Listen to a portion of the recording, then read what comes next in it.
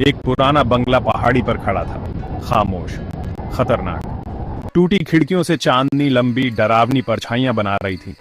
ये कभी time travellers का अड्डा हुआ करता था, अब बस फुसफुसाहटें बाकी थीं। डॉक्टर राहुल टूटते दरवाजे से सावधानी से अंदर गए।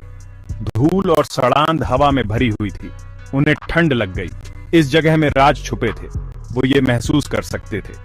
वो यहाँ टाइम ट्रैवल का सच जानने आए थे।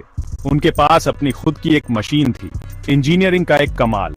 उनकी उंगलियों ने दीवार पर लिखे फीके शब्दों को छुआ। समय एक ऐसी नदी है जिसकी कोई वापसी नहीं। उनकी रीढ़ में सिहरन दौड़ गई। उनके पहले जो लोग यहाँ आए थे, उनका क्या हुआ? वो कहाँ गए? वो पता लगाने की ठान चुके थे।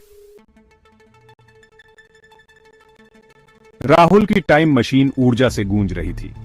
तार फर्श पर सांप की तरह फैले हुए थे, जो एक केंद्रीय गोले से जुड़े थे। अंदर रोशनी का एक रंगीन खेल चल रहा था। उनका आविष्कार, उनका जुनून। उन्होंने डायल एडजस्ट किए। हर क्लिक उन्हें उनके लक्ष्य के करीब ला रहा था।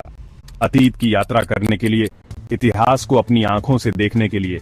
लेकिन उनके मन में एक शक बना हुआ था, क्या वो इसके नतीजों के लिए तैयार थे? उन्होंने बंगले में मिली एक धूल भरी किताब पर नजर डाली। इसमें खतरों के बारे में लिखा था, विरोधाभासों के बारे में, टाइमलाइन के उलझने के बारे में। उन्होंने इसे अंधविश्वास समझकर खारिज कर दिया। वो एक वैज्ञानिक थे, वो डरने वाले नहीं थे। एक गहरी सांस लेकर राहुल ने मशीन को चालू कर दिया। गोला धड़का, कमरे को तेज रोशनी से भर दिया। उन्हें अपने पेट में एक झटका महसूस हुआ, भारहीनता का एहसास। फिर सन्नाटा।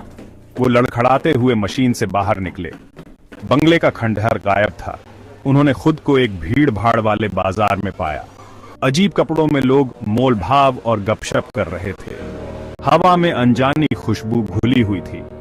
अचानक एक कमजोर हाथ ने उनका हाथ पकड़ लिया। एक झुर्रियों वाला चेहरा उन्हें घूर रहा था। खबरदार यात्री, बूढ़े ने कर्कश आवाज में कहा।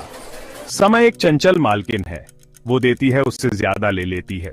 इससे पहले कि राहुल को जवाब दे पाते, बूढ़ा आदमी भीड़ में गायब हो गया। क्या उन्होंने कल्पना की थी? उन्होंने अपना सिर हिलाया। इस असंभव स्थिति को समझने की कोशिश कर रहे थे। वो अतीत में थे, लेकिन कैसे? और वो बूढ़ा कौन था? उन्होंने मशीन पर वापस जाने की कोशिश की, लेकिन वो गायब हो गई थी। उनके अंदर दहशत भर गई। वो फंस गए थे, अकेले। एक परछाई पास की गली से निकली। उसने कहा, उसकी आवाज एक खोखली फुसफुसाहट थी, तुम्हें नहीं आना चाहिए था। जो हो गया उसे तुम नहीं बदल सकते। फिर वो भी गायब हो गई। वो बाजार से भागे, बचने के लिए बेताब। लेकिन वो जहां भी मुड़े, बूढ़ा और परछाई दिखाई दी। उनकी चेतावनियां उनके कानों में गूंज रही थीं। वो समय की एक भूल भुलैया में खो गए थे। उनकी दुनिया घूम गई। भीड़ भाड़ वाला बाजार धुंधला हो गया और गायब हो गया। उन्हें वापस वर्तमान में फेंक दिया गया, या उन्हें ऐसा लगा कुछ अलग था, गलत। वो फंस गए थे, अपनी ही महत्वाकांक्षा के कैदी।